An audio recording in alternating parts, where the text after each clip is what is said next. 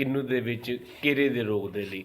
ਉਹਦੇ ਲਈ ਖਾਸ ਅਸੀਂ ਨਿਯੋਤਾ ਦਿੱਤਾ ਸੀ। ਸਾਡੇ ਨੌਜਵਾਨ ਵਿਗਿਆਨੀ ਡਾਕਟਰ ਅਮਰਿੰਦਰ ਕੌਰ ਸਾਡੇ ਵਿੱਚ ਸ਼ਾਮਲ ਹੋ ਚੁੱਕੇ। ਡਾਕਟਰ ਸਾਹਿਬ ਤੁਹਾਡਾ ਸਵਾਗਤ ਹੈ। ਥੈਂਕ ਯੂ ਡਾਕਟਰ ਸਾਹਿਬ। ਮੈਂ ਆਪਣੀ ਹੈਲਪ ਦੇ ਲਈ ਅੱਜ ਥੋੜ੍ਹਾ ਜਿਹਾ ਜਿਵੇਂ ਮੈਂ ਪਹਿਲਾਂ ਜ਼ਿਕਰ ਕੀਤਾ ਸੀ, ਗਲਾ ਥੋੜ੍ਹਾ ਜਿਹਾ ਸਾਥ ਨਹੀਂ ਦੇ ਰਿਹਾ, ਅਤੇ ਮੇਰੀ ਹੈਲਪ ਦੀ ਮੈਂ ਔਨਲਾਈਨ ਸਵਾਲ ਲਈ ਜਾਊਂਗਾ। ਬਾਕੀ ਮੈਂ ਚੁੱਪ ਤਾਂ ਰਹਿ ਨਹੀਂ ਸਕਦਾ, ਕੁਛ ਨਾ ਕੁਛ ਵਿੱਚੋਂ ਮੈਂ ਠੂੰਗਾ ਤਾਂ ਮਾਰੀ ਜਾਣਾ। ਡਾਕਟਰ ਇੰਦਰਪ੍ਰੀਤ ਨੂੰ ਕਹੂੰਗਾ ਜ਼ਰੂਰ ਉਹ ਸਵਾਲ ਤੁਸੀਂ ਸ਼ੁਰੂ ਕਰੋ, ਵਿੱਚੋਂ ਜੋ ਕੋਈ ਔਨਲਾਈਨ ਆਏ ਤਾਂ ਮੈਂ ਪਿਕ ਕਰ ਲਾਂਗਾ ਜੀ। ਜੀ ਡਾਕਟਰ ਇੰਦਰਪ੍ਰੀਤ। ਜੀ ਡਾਕਟਰ ਅਮਰਿੰਦਰ, ਅਸੀਂ ਤੁਹਾਡਾ ਬਹੁਤ-ਬਹੁਤ ਸਵਾਗਤ ਕਰਦੇ ਹਾਂ ਅੱਜ ਦੇ ਪ੍ਰੋਗਰਾਮ ਵਿੱਚ। Thank you doctor Sahib. Doctor ਸਾਹਿਬ, ਤੁਸੀਂ ਜਿਵੇਂ ਕਿੰਨੂ ਦੀਆਂ ਬਿਮਾਰੀਆਂ ਦੇ ਮਾਹਰ, ਤਾਂ ਸਭ ਤੋਂ ਪਹਿਲਾਂ ਅਸੀਂ ਜਾਣਨਾ ਚਾਹਾਂਗੇ ਕਿ ਕਿੰਨੂ ਦੇ ਵਿੱਚ ਆਮ ਬਿਮਾਰੀ ਹੈ ਜੀ ਪੈਰ ਗਲਣ ਦਾ ਰੋਗ। ਸਭ ਤੋਂ ਪਹਿਲਾਂ ਇਹਦਾ ਨਾਮ ਦੱਸੋ ਕਿ ਇਹਨੂੰ ਗੂੰਦੀਆਂ ਰੋਗ ਕਿਉਂ ਕਿਹਾ ਜਾਂਦਾ?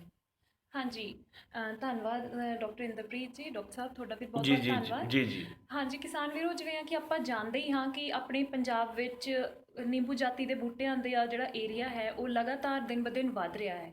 ਇਹਦਾ ਜਿਹੜਾ ਮੁੱਖ ਕਾਰਨ ਇਹੀ ਹੈ ਕਿ ਜਿਹੜਾ ਪੰਜਾਬ ਦੀ ਮਿੱਟੀ ਹੈ ਜਾਂ ਇਹਦਾ ਜਲਵਾਯੂ ਹੈ ਉਹ ਆਪਣੇ ਨਿੰਬੂ ਜਾਤੀ ਬੂਟਿਆਂ ਦੀ ਕਾਸ਼ਤ ਲਈ ਬਹੁਤ ਹੀ ਅਨੁਕੂਲ ਹੈ। ਤੇ ਇਹਨਾਂ ਤੋਂ ਜਿਹੜਾ ਦੂਜੇ ਫਲਾਂ ਦੇ ਮੁਕਾਬਲੇ ਵਿੱਚ ਨਿੰਬੂ ਜਾਤੀ ਦੇ ਬੂਟਿਆਂ ਦੀ ਕਾਸ਼ਤ ਤੋਂ ਜਿਹੜੇ ਹੈਗੇ ਕਿ ਕਿਸਾਨ ਵੀਰਾਂ ਨੂੰ ਜਾਂ ਬਾਗਬਾਨਾਂ ਨੂੰ ਬਹੁਤ ਹੀ ਮੁਨਾਫਾ ਵੀ ਮਿਲਦਾ ਹੈ। ਤੇ ਪਰ ਇਹ ਦੇਖਿਆ ਗਿਆ ਹੈ ਕਿ ਇਸ ਦੀ ਕਾਸ਼ਤ ਦੇ ਦੌਰਾਨ ਕਈ ਤਰ੍ਹਾਂ ਦੀਆਂ ਮੁਸ਼ਕਿਲਾਂ ਦਾ ਸਾਹਮਣਾ ਆਪਣੇ ਕਿਸਾਨ ਵੀਰਾਂ ਨੂੰ ਕਰਨਾ ਪੈਂਦਾ ਹੈ, ਜਿਹਦੇ ਵਿੱਚ ਕਿ ਮੁੱਖ ਤੌਰ ਤੇ ਕਈ ਤਰ੍ਹਾਂ ਦੀਆਂ ਜਿਹੜੀਆਂ ਬਿਮਾਰੀਆਂ ਇਹਦੇ ਉੱਤੇ ਆਉਂਦੀਆਂ ਹਨ। ਉਹਨਾਂ ਵਿੱਚੋਂ ਜਿਹੜੀ ਤੁਸੀਂ ਜ਼ਿਕਰ ਕੀਤਾ ਹੈ ਕਿ ਪੈਰ ਗਲਣ ਦਾ ਰੋਗ ਜਾਂ ਗੂੰਦੀਆਂ ਰੋਗ ਇੱਕ ਬਹੁਤ ਹੀ ਮਹੱਤਵਪੂਰਨ ਬਿਮਾਰੀ ਹੈ ਜਿਹੜੀ ਆਪਣੇ ਪੰਜਾਬ ਦੇ ਕਿਸਾਨਾਂ ਨੂੰ ਦੇਖਣੀ ਪੈਂਦੀ ਹੈ ਆਪਣੇ ਬਾਗਾਂ ਦੇ ਵਿੱਚ। ਇਹਦਾ ਜਿਹੜਾ ਮੁੱਖ ਕਾਰਨ ਹੈ ਕਿ ਜਿਹੜੇ ਇੱਕ ਉੱਲੀ ਨਾਲ ਇਹ ਬਿਮਾਰੀ ਫੈਲਦੀ ਹੈ। ਇਹਦੇ ਜਿਹੜੇ ਕੰਨ ਨੇ ਉਹ ਮਿੱਟੀ ਦੇ ਵਿੱਚ ਹੀ ਪਾਏ ਜਾਂਦੇ ਹਨ ਜੀ। ਤੇ ਜਿਸ ਕਰਕੇ ਕਿ ਜਿਹੜੀ ਕਿ ਇਹ ਜਦੋਂ ਮਿੱਟੀ ਦੇ ਵਿੱਚ ਇਹਨਾਂ ਦੇ ਕਣ ਪਾਏ ਜਾਂਦੇ ਹਨ, ਉਹ ਜਿਹੜੇ ਬੂਟੇ ਦੀਆਂ ਖੁਰਾਕੀ ਜੜ੍ਹਾਂ ਹਨ ਉਹਨਾਂ ਨੂੰ ਨੁਕਸਾਨ ਪਹੁੰਚਾਉਂਦੇ ਹਨ। ਜਿਸ ਕਰਕੇ ਕਿ ਇਹ ਬਿਮਾਰੀ ਜਦੋਂ ਖੁਰਾਕੀ ਜੜ੍ਹਾਂ ਨੂੰ ਨੁਕਸਾਨ ਪਹੁੰਚਦਾ ਹੈ ਤੇ ਉਹ ਉੱਪਰ ਵੱਲ ਨੂੰ ਵੱਧਦੀ ਹੈ ਤੇ ਪੱਤੇ ਜਿਹੜੇ ਹੁੰਦੇ ਹਨ ਬੂਟੇ ਦੇ ਬਿਲਕੁਲ ਪੀਲੇ ਪੈ ਜਾਂਦੇ ਹਨ ਤੇ ਉਹ ਸਾਰੇ ਝੜ ਜਾਂਦੇ ਹਨ। ਜਿਸ ਤਰ੍ਹਾਂ ਤੁਸੀਂ ਕਿ ਪੁੱਛਿਆ ਕਿ ਇਸ ਬਿਮਾਰੀ ਨੂੰ ਗੂੰਦੀਆਂ ਰੋਗ ਵੀ ਕਿਉਂ ਕਿਹਾ ਜਾਂਦਾ ਹੈ, ਕਿਉਂਕਿ ਜਿਹੜੇ ਇਹਦੇ ਮੁੱਢਲੀਆਂ ਨਿਸ਼ਾਨੀਆਂ ਬਿਮਾਰੀ ਦੀਆਂ ਜਦੋਂ ਆਪਾਂ ਨੂੰ ਬਾਗਾਂ ਦੇ ਵਿੱਚ ਦੇਖਣ ਨੂੰ ਮਿਲਦੀਆਂ ਹਨ ਉਹ ਇਹੀ ਹੈ ਕਿ ਜਿੱਥੇ ਬੂਟੇ ਦਾ ਪਿਉਂਦ ਕੀਤਾ ਹੋਇਆ ਹਿੱਸਾ ਹੁੰਦਾ ਹੈ ਉੱਥੋਂ ਗੂੰਦ ਨਿਕਲਦੀ ਹੈ। ਤੁਹਾਨੂੰ ਗੂੰਦ ਦੇ ਤੁਪਕੇ ਡਿੱਗਦੇ ਹੋਏ ਬਾਗਾਂ ਦੇ ਵਿੱਚ ਅਕਸਰ ਨਜ਼ਰ ਆਉਂਦੇ ਹਨ। ਇਸੇ ਕਰਕੇ ਇਸ ਨੂੰ ਗੂੰਦੀਆਂ ਰੋਗ ਵੀ ਕਿਹਾ ਜਾਂਦਾ ਹੈ। ਜੀ ਜੀ ਜੀ ਜੀ। ਤੇ ਡਾਕਟਰ ਸਾਹਿਬ, ਇਸ ਬਿਮਾਰੀ ਤੋਂ ਕਿਸਾਨ ਵੀਰ ਸਾਡੇ ਕਿਵੇਂ ਨਿਜਾਤ ਪਾ ਸਕਦੇ ਨੇ? ਇਹਦੀ ਰੋਕਥਾਮ ਕਿਵੇਂ, ਕਿਹੜੇ ਤਰੀਕੇ ਨੇ ਜਿਹੜੇ ਯੂਨੀਵਰਸਿਟੀ ਵੱਲੋਂ ਸਿਫਾਰਿਸ਼ ਕੀਤੇ ਗਏ ਨੇ ਜੀ? ਹਾਂਜੀ ਡਾਕਟਰ ਸਾਹਿਬ, ਜਿਹੜੇ ਕਿਸਾਨ ਵੀਰ ਆਪਣੇ ਇਸ ਮੁਸ਼ਕਿਲਾਂ ਤੋਂ ਸਾਹਮਣਾ ਕਰਦੇ ਹਨ, ਇਹਦਾ ਜਿਹੜਾ ਸਭ ਤੋਂ ਮੇਨ ਜਿਹੜਾ ਹੈਗਾ ਰੋਕਥਾਮ ਆਪਾਂ ਸਭ ਤੋਂ ਪਹਿਲਾਂ ਆਪਾਂ ਫੋਲੋ ਕਰਨੀ ਹੈ ਜਾਂ ਕਰਨੀ ਹੈ ਉਹ ਇਹੀ ਹੈ ਕਿ ਜਦੋਂ ਤੁਸੀਂ ਬੂਟੇ ਆਪਣੇ ਲਾਉਣੇ ਹੋ ਜਾਂ ਬਾਗ ਲਾਉਣੇ ਹੋ, ਸਭ ਤੋਂ ਜ਼ਰੂਰੀ ਇਹੀ ਕੰਮ ਹੁੰਦਾ ਹੈ ਕਿ ਆਪਾਂ ਜਿਹੜੇ ਬੂਟੇ ਹਨ ਉਹ ਨਰੋਏ ਜਾਂ ਜਿਹੜੀਆਂ ਨਰੋਈਆਂ ਨਰਸਰੀਆਂ ਰੋਗ ਰਹਿਤ ਨਰਸਰੀ ਤੋਂ ਹੀ ਬੂਟੇ ਲਏ ਜਾਣ। ਜਦੋਂ ਬੂਟਾ ਹੀ ਤੁਹਾਡਾ ਨਰੋਇਆ ਹੋਊਗਾ ਤਾਂ ਉਹ ਅੱਗੇ ਬਿਮਾਰੀ ਨੂੰ ਨਹੀਂ ਫੈਲਾਊਗਾ। ਦੂਜੀ ਗੱਲ ਇਹ ਹੈ ਕਿ ਜਦੋਂ ਭਾਰੀਆਂ ਜ਼ਮੀਨਾਂ ਹੁੰਦੀਆਂ ਹਨ ਜਿੱਥੇ ਪਾਣੀ ਦਾ ਨਿਕਾਸ ਉੱਪਰ ਹੈ, ਉੱਥੇ ਇਸ ਬਿਮਾਰੀ ਦਾ ਜਿਹੜਾ ਹੈਗਾ ਕਿ ਹਮਲਾ ਵੱਧ ਹੁੰਦਾ ਹੈ। ਕਿਸਾਨ ਵੀਰਾਂ ਨੂੰ ਇੱਕ ਇਹ ਵੀ ਜ਼ਰੂਰ ਧਿਆਨ ਰੱਖਣਾ ਚਾਹੀਦਾ ਹੈ ਕਿ ਬਾਗਾਂ ਦੇ ਵਿੱਚ ਜਿਹੜਾ ਹੈ ਖੁੱਲ੍ਹਾ ਪਾਣੀ ਲਾਉਣ ਤੋਂ ਗੁਰੇਜ਼ ਕਰਨ, ਕਿਉਂਕਿ ਜਿਸ ਤਰ੍ਹਾਂ ਇਸ ਬਿਮਾਰੀ ਦੇ ਕਣ ਮਿੱਟੀ ਵਿੱਚ ਪਾਏ ਜਾਂਦੇ ਹਨ, ਉਹ ਜਿਹੜੇ ਕਣ ਹਨ ਜਦੋਂ ਆਪਾਂ ਖੁੱਲ੍ਹਾ ਪਾਣੀ ਲਾਉਂਦੇ ਹਨ ਤਾਂ ਉਹ ਇੱਕ ਬੂਟੇ ਤੋਂ ਦੂਜੇ ਬੂਟੇ ਵੱਲ ਫੈਲਦੇ ਹਨ। ਤੇ ਜਿਹੜਾ ਜਦੋਂ ਆਪਾਂ ਬੂਟਾ ਲਾਉਣੇ ਹਾਂ ਉਹਦਾ ਸਭ ਤੋਂ ਮੁੱਖ ਜਿਹੜਾ ਅਹਿਮ ਧਿਆਨ ਉਦੋਂ ਇਹ ਵੀ ਰੱਖਣਾ ਚਾਹੀਦਾ ਹੈ ਕਿ ਜਿਹੜਾ ਪਿਉਂਦ ਕੀਤਾ ਹੋਇਆ ਹਿੱਸਾ ਹੈ ਬੂਟੇ ਦਾ ਉਹ ਘੱਟੋ ਘੱਟ 9 ਤੋਂ 10 ਇੰਚ ਜ਼ਮੀਨ ਤੋਂ ਉੱਚੇ ਰੱਖਿਆ ਜਾਵੇ। ਜਿੰਨਾ ਤੁਸੀਂ ਉਹਨੂੰ ਜ਼ਮੀਨ ਦੇ ਨੇੜੇ ਜਾ ਕੇ ਲਾਉਂਦੇ ਹੋ ਉੱਥੇ, ਕਿਉਂਕਿ ਉਸ ਪਿਉਂਦ ਵਾਲੇ ਜਗ੍ਹਾ ਤੇ ਬੂਟੇ ਦੇ ਕੱਟ ਹੁੰਦਾ ਹੈ, ਉੱਥੋਂ ਮਿੱਟੀ ਦੇ ਵਿੱਚੋਂ ਜਿਹੜੇ ਹੈ ਕਿ ਬਿਮਾਰੀ ਵਾਲੇ ਕਣ ਉੱਥੋਂ ਹਮਲਾ ਕਰ ਸਕਦੇ ਹਨ, ਬੂਟੇ ਦੇ ਵਿੱਚ ਅੰਦਰ ਵੜ ਸਕਦੇ ਹਨ ਤੇ ਜਿਹਦੇ ਕਰਕੇ ਕਿ ਬਿਮਾਰੀ ਦਾ ਵਾਧਾ ਹੋ ਸਕਦਾ ਹੈ। ਡਾਕਟਰ ਸਾਹਿਬ, ਮੈਂ ਉਮੀਦ ਕਰਦੀ ਹਾਂ ਕਿ ਸਾਰੀਆਂ ਰੋਕਥਾਮ ਬਾਰੇ ਗੱਲਾਂ ਤੁਸੀਂ ਦੱਸਦੀਆਂ, ਤੇ ਇੱਕ ਸਾਨੂੰ ਪਤਾ ਲੱਗਿਆ ਸੀ ਕਿ ਯੂਨੀਵਰਸਿਟੀ ਵੱਲੋਂ ਸ਼ਾਇਦ ਕੋਈ ਨਵੀਂ ਸਿਫਾਰਿਸ਼ ਵੀ ਕੀਤੀ ਗਈ ਹੈ, ਤੇ ਉਹਦੇ ਬਾਰੇ ਜ਼ਿਕਰ ਤੁਸੀਂ ਸਾਡੇ ਸਰੋਤਿਆਂ ਨੂੰ ਜ਼ਰੂਰ ਕਰੋ। ਹਾਂਜੀ ਡਾਕਟਰ ਸਾਹਿਬ, ਜਿਵੇਂ ਕਿ ਤੁਸੀਂ ਦੇਖਦੇ ਹੋ ਕਿ ਯੂਨੀਵਰਸਿਟੀ ਵੱਲੋਂ ਦਵਾਈਆਂ ਦੀ ਜਾਂ ਸਿਫਾਰਿਸ਼ ਆਲਰੇਡੀ ਆਪਣੇ ਯੂਨੀਵਰਸਿਟੀ ਦਾ ਜਿਹੜਾ ਫਲਾਂ ਦਾ ਪੈਕੇਜ ਆਫ ਪ੍ਰੈਕਟਿਸ ਆਉਂਦਾ ਉਹਦੇ ਵਿੱਚ ਸਾਰਾ ਸਪਰੇਅ ਸ਼ਡਿਊਲ ਦੱਸਿਆ ਗਿਆ ਹੈ ਕਿਸਾਨ ਵੀਰਾਂ ਨੂੰ ਫੋਲੋ ਕਰਨ ਲਈ। ਪਰ ਜਿਵੇਂ ਕਿ ਅੱਜ ਕੱਲ੍ਹ ਆਪਾਂ ਕਹਿੰਦੇ ਹਾਂ ਕਿ ਜੈਵਿਕ ਖਾਦਾਂ ਜਾਂ ਜੈਵਿਕ ਖੇਤੀ ਦਾ ਜ਼ਮਾਨਾ ਆ ਗਿਆ ਹੈ, ਸਾਰੇ ਹੀ ਆਪਾਂ ਆਰਗੈਨਿਕ ਫਾਰਮਿੰਗ ਜਾਂ ਦਵਾਈਆਂ ਦੀ ਵਰਤੋਂ ਹਰ ਕੋਈ ਘੱਟ ਤੋਂ ਘੱਟ ਕਰਨਾ ਚਾਹੁੰਦਾ ਹੈ। ਇਸ ਦੇ ਲਈ ਜਿਹੜਾ ਸਾਡੇ ਡਿਪਾਰਟਮੈਂਟ ਵੱਲੋਂ ਹੁਣੇ ਹੀ ਨਵੀਂ ਸਿਫਾਰਿਸ਼ ਹੋਈ ਹੈ ਜਿਹੜੀ ਕਿ ਜੈਵਿਕ ਰੋਕਥਾਮ ਲਈ ਇਸ ਬਿਮਾਰੀ ਦੀ ਟ੍ਰਾਈਕੋਡਰਮਾ ਐਸਪੈਰਲਮ ਉਹਦਾ ਸਟ੍ਰੇਨ T20 ਇਹਦਾ ਪਾਊਡਰ ਫਾਰਮੂਲੇਸ਼ਨ ਸਾਡੇ ਡਿਪਾਰਟਮੈਂਟ ਵਿੱਚ ਤਿਆਰ ਕੀਤਾ ਜਾਂਦਾ ਹੈ। ਅਤੇ ਉਹ ਜਿਹੜਾ ਪਾਊਡਰ ਹੈ ਕਿਸਾਨ ਵੀਰ ਜਿਹੜੇ ਹੈਗੇ ਕਿ ਉਹ 100 ਗ੍ਰਾਮ 2.5 ਕਿਲੋ ਰੂੜੀ ਦੀ ਖਾਦ ਵਿੱਚ ਮਿਲਾ ਕੇ ਆਪਾਂ ਬੂਟੇ ਦੇ ਜਿਹੜੇ ਮੁੱਢਾਂ ਦੇ ਵਿੱਚ ਪਾਉਣ ਨਾਲ ਫਰਵਰੀ ਮਾਰਚ ਵਿੱਚ ਅਤੇ ਫਿਰ ਦੁਬਾਰਾ ਜੁਲਾਈ ਅਗਸਤ ਵਿੱਚ ਜੇ ਪਾਉਣ ਨਾਲ ਇਸ ਬਿਮਾਰੀ ਦੀ ਰੋਕਥਾਮ ਵਿੱਚ ਉਹ ਬਹੁਤ ਸਹਾਇਕ ਹੁੰਦਾ ਹੈ। ਡਾਕਟਰ ਅਮਰਿੰਦਰ, ਮੈਂ ਹਾਂਜੀ, ਇੱਕ ਡਾਕਟਰ ਮਿੰਟ ਇੰਟਰਰਪਟ ਕਰਾਂਗਾ। ਹਾਂਜੀ, ਡਾਕਟਰ ਸਾਹਿਬ। ਮੈਂ ਫਿਰ ਮੰਕੀ ਆਪਾਂ ਹਰ ਵਾਰੀ ਗੱਲ ਕਰੀ ਤੇ ਜਦੋਂ ਵੀ ਇਹ ਪ੍ਰੋਗਰਾਮ ਸ਼ੁਰੂ ਹੋਣਾ, ਕਿਉਂਕਿ ਪੋਸਟ ਹੋਇਆ ਰਹਿਣਾ ਪ੍ਰੋਗਰਾਮ, ਜੇ ਤੁਸੀਂ ਪਿਛਲੇ 32 ਐਪੀਸੋਡ ਦੇਖ ਲਓ, 32 ਦੇ 32 ਐਪੀਸੋਡ YouTube ਤੇ ਵੀ ਨੇ, ਫੇਸਬੁੱਕ ਤੇ ਵੀ ਨੇ, ਉੱਥੇ ਤੁਸੀਂ ਸਾਰਾ ਕਿ ਰੈਫਰੈਂਸ ਕੱਢ ਸਕਦੇ ਹੋ। ਪਰ ਜਿਹੜੀ ਡਾਕਟਰ ਸਾਹਿਬ ਨੇ ਤਕਨੀਕੀ ਜਾਣਕਾਰੀ ਤੁਹਾਡੇ ਨਾਲ ਸਾਂਝੀ ਕੀਤੀ ਹੈ ਵੀ ਉਹ ਕਿਹੜੀਆਂ ਚੀਜ਼ਾਂ ਵੀ ਕਿੱਥੋਂ ਕਿੱਥੋਂ ਲੈ ਸਕਦੇ ਹੋ, ਇੱਕ ਤਾਂ ਵਿਭਾਗ ਦਾ ਨਾਂ ਤੇ ਵਿਭਾਗ ਦੇ ਕਿਸੇ ਵਿਗਿਆਨੀ ਦਾ ਫੋਨ ਨੰਬਰ, ਉਹ ਤੁਸੀਂ ਜ਼ਰੂਰ ਦੱਸਿਓ ਵੀ ਕਿੱਥੋਂ ਪ੍ਰਾਪਤ ਕਰ ਸਕਦੇ ਨੇ। ਉਸ ਤੋਂ ਬਾਅਦ ਮੈਂ ਤੁਹਾਡੇ ਕੋਲ ਪ੍ਰਕਾਸ਼ ਨਾਲ ਉੱਪਰ ਜ਼ਿਕਰ ਕਰਾਂ। ਪਹਿਲਾਂ ਤੁਸੀਂ ਜਿਹੜੀ ਗੱਲ ਕੀਤੀ ਹੈ ਨਾ 2 ਹਾਂਜੀ, ਮਿੰਟ ਡਾਕਟਰ ਪਹਿਲਾਂ, ਉਹ 2 ਮਿੰਟ ਪਹਿਲਾਂ ਵਾਲੀ ਗੱਲ ਦੁਬਾਰਾ ਰੀਪਰੋਡਿਊਸ ਕਰਦਾ ਜ਼ਰੂਰ ਦੱਸਿਓ ਜੀ। ਹਾਂਜੀ ਡਾਕਟਰ ਸਾਹਿਬ, ਜਿਹੜਾ ਇਹ ਪਾਊਡਰ ਹੈਗਾ, ਜਿਹੜਾ ਅੱਗੇ ਆਪਾਂ ਕਿਸਾਨ ਵੀਰ ਜਾਣਦੇ ਹੀ ਹਨ ਕਿ ਝੋਨੇ ਦੇ ਵੇਲੇ ਵੀ ਉਹ ਆਪਣੇ ਕੋਲੋਂ ਡਿਪਾਰਟਮੈਂਟ ਵੱਲੋਂ ਬਣਾਇਆ ਗਿਆ ਪਾਊਡਰ ਉਹ ਲੈ ਕੇ ਜਾਂਦੇ ਹਨ, ਜਿਹੜੀ ਬਾਸਮਤੀ ਨੂੰ ਲੱਗਦਾ ਹੈ। ਉਸੇ ਤਰ੍ਹਾਂ ਹੀ ਇਸ ਪੈਰ ਗਲਣ ਦੇ ਰੋਗ ਦੀ ਰੋਕਥਾਮ ਦੇ ਲਈ ਸਾਡੇ ਡਿਪਾਰਟਮੈਂਟ ਵਿੱਚ ਜਿਹੜਾ ਹੈਗਾ ਕਿ ਟ੍ਰਾਈਕੋਡਰਮਾ ਐਸਪੈਰਲਮ ਜਿਹੜਾ ਹੈਗਾ ਉੱਲੀ ਹੈ, ਉਸ ਤੋਂ ਜਿਹੜੀ ਤਿਆਰ ਕੀਤਾ ਗਿਆ ਆਪਣੀ ਜੈਵਿਕ ਜਿਹੜਾ ਰੋਕਥਾਮ ਦੇ ਲਈ ਪਾਊਡਰ ਤਿਆਰ ਕੀਤਾ ਗਿਆ ਹੈ, ਉਹ ਜਿਹੜਾ ਪਾਊਡਰ ਦੇ ਪੈਕੇਟ 1-1 ਕਿਲੋ ਦੇ ਪਾਊਡਰ ਦੇ ਪੈਕੇਟ ਸਾਡੇ ਡਿਪਾਰਟਮੈਂਟ ਵੱਲੋਂ ਤਿਆਰ ਕੀਤੇ ਗਏ ਹਨ। ਉਹ ਤੁਸੀਂ ਜਦੋਂ ਵੀ ਮਰਜ਼ੀ ਸਾਡੇ ਡਿਪਾਰਟਮੈਂਟ ਤੋਂ ਆ ਕੇ ਤੁਸੀਂ ਲੈ ਸਕਦੇ ਹੋ। ਤੁਸੀਂ ਚਾਹੇ ਮੇਰਾ ਮੋਬਾਈਲ ਨੰਬਰ ਨੋਟ ਕਰ ਸਕਦੇ ਹੋ, ਤੁਸੀਂ ਜਦੋਂ ਵੀ ਆਉਣਾ ਹੈ ਤੁਸੀਂ ਮੈਨੂੰ ਕੰਟੈਕਟ ਕਰ ਸਕਦੇ ਹੋ, ਆਪਾਂ ਤੁਹਾਨੂੰ ਉਹ ਪਾਊਡਰ ਜ਼ਰੂਰ ਉਪਲਬਧ ਕਰਾਂਗੇ। ਮੇਰਾ ਫ਼ੋਨ ਨੰਬਰ ਹੈ ਕਿਸਾਨ ਵੀਰੋ 95 179 00030। ਇੱਕ ਵਾਰ ਮੈਂ ਫੇਰ ਰਿਪੀਟ ਕਰਾਂਗੀ, 95 179 00030। ਮੇਰਾ ਨਾਮ ਡਾਕਟਰ ਅਮਰਿੰਦਰ ਕੌਰ, ਤੇ ਤੁਸੀਂ ਕਿਸੇ ਵੀ ਵੇਲੇ ਮੈਨੂੰ ਸੰਪਰਕ ਕਰ ਸਕਦੇ ਹੋ। ਆਪਾਂ ਇਹ ਪਾਊਡਰ ਤੁਹਾਨੂੰ ਡਿਪਾਰਟਮੈਂਟ ਵੱਲੋਂ ਜ਼ਰੂਰ ਉਪਲਬਧ ਕਰਾਵਾਂਗੇ ਜੀ।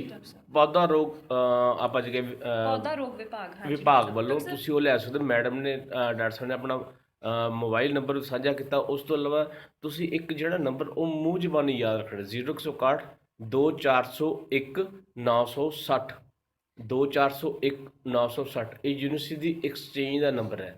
ਇਸ ਮਾਰਫਤ ਤੁਸੀਂ ਐਕਸਚੇਂਜ ਕਹਿਣਾ ਵੀ ਹੈ, ਚਾਹੇ ਪੌਦਾ ਰੋਗ ਹਸਪਤਾਲ 'ਚ ਗੱਲ ਕਰਾ ਦਿਓ, ਚਾਹੇ ਤੁਸੀਂ ਵਿਭਾਗ 'ਚ ਗੱਲ ਕਰਾ ਦਿਓ, ਚਾਹੇ ਕੀਟ ਵਿਗਿਆਨ ਵਿਭਾਗ 'ਚ ਗੱਲ ਕਰਾ ਦਿਓ, ਚਾਹੇ ਪ੍ਰਸਾਰ ਸਿੱਖਿਆ ਵਿਭਾਗ ਵਿੱਚ ਗੱਲ, ਕਿਸੇ ਵੀ ਵਿਭਾਗ 'ਚ ਗੱਲ ਕਰ ਰਹੀ, ਸਬਜ਼ੀ ਵਿਗਿਆਨ ਵਿਭਾਗ 'ਚ ਗੱਲ ਕਰਦੇ, ਫਲਾਂ ਬਾਰੇ ਤੁਸੀਂ ਜਾਣਕਾਰੀ ਪ੍ਰਾਪਤ ਕਰਨੀ ਹੈ।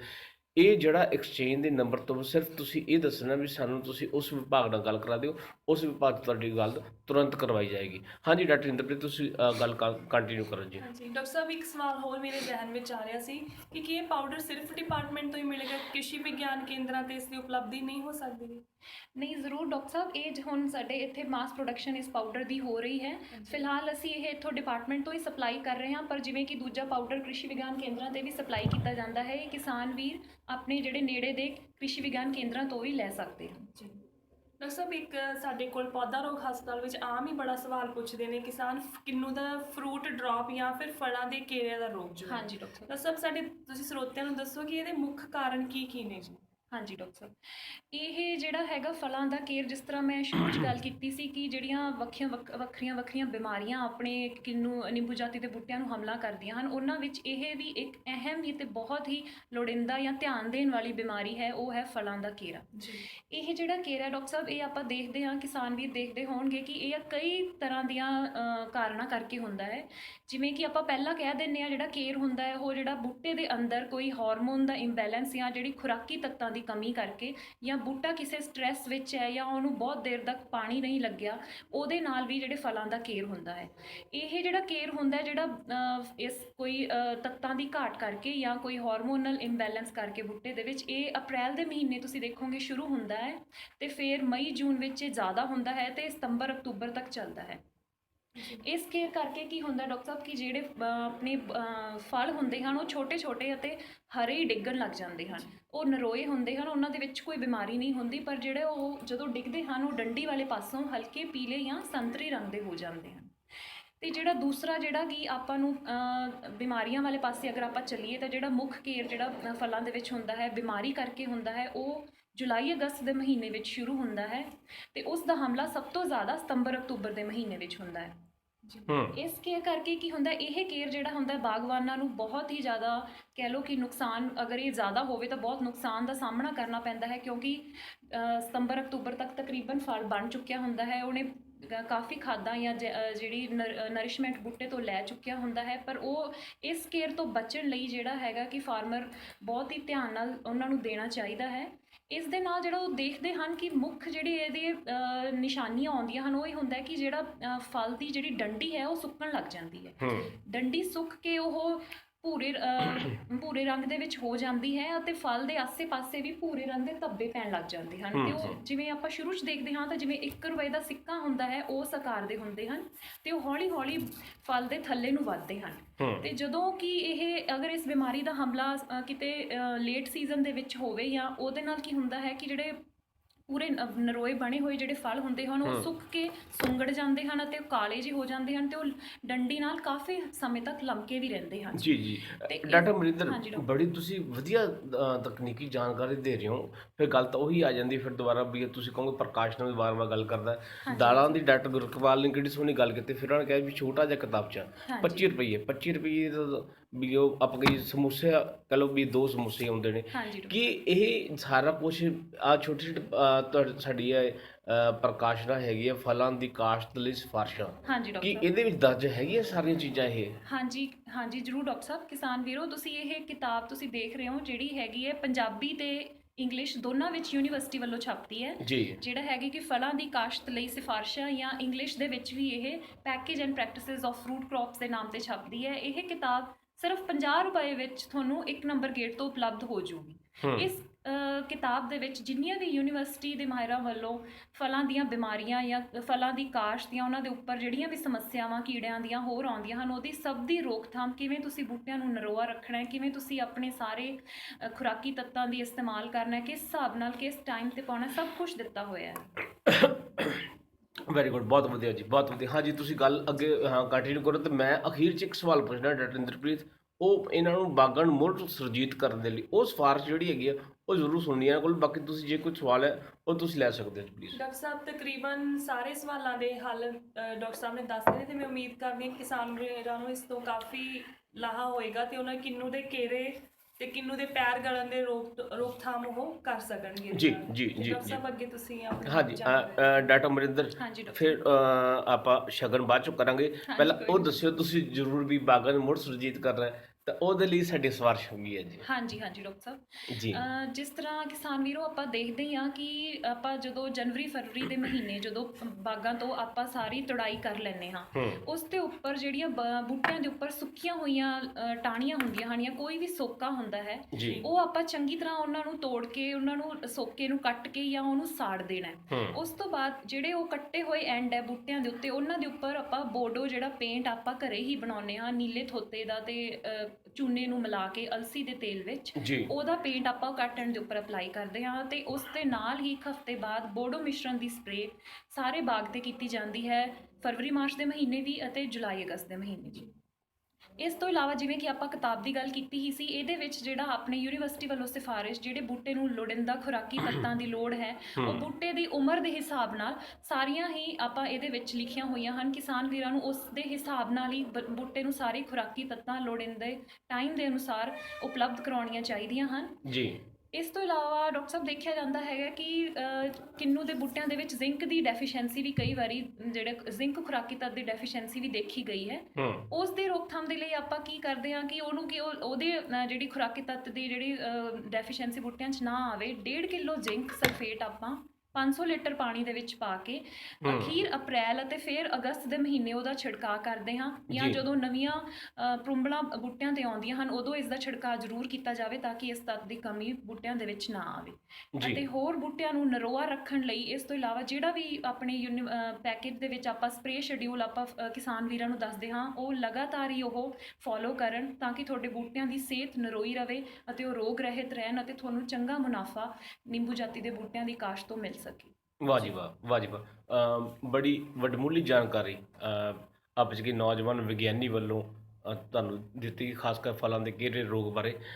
ਡਾਕਟਰ ਇੰਦਰਪ੍ਰੀਤ, ਮੇਰੇ ਖਿਆਲ 'ਚ ਅੱਜ ਦੇ ਦਿਨ ਦੇ ਲਈ ਇਹ ਬਹੁਤ ਜ਼ਿਆਦਾ ਵਧੀਆ ਹੈ ਤੇ ਤੁਹਾਡੇ ਦੋਵਾਂ ਲਈ ਆਪਾਂ ਜਿਵੇਂ ਧੀਆਂ ਦੀ ਲੋਹੜੀ ਦੀ ਗੱਲ ਕੀਤੀ ਸੀ, ਸਾਡੀਆਂ ਧੀਆਂ ਧਿਆਣੀਆਂ ਵਰਗੀਆਂ ਤੁਸੀਂ ਹੈ ਨਾ, ਤੇ ਤੁਸੀਂ ਮੂੰਹ ਮਿੱਠਾ ਜ਼ਰੂਰ ਕਰਕੇ ਜਾਇਓ ਜੀ। ਥੈਂਕ ਯੂ ਜੀ, ਬਹੁਤ ਬਹੁਤ ਸ਼ੁਕਰੀਆ ਡਾਕਟਰ ਇੰਦਰਪ੍ਰੀਤ।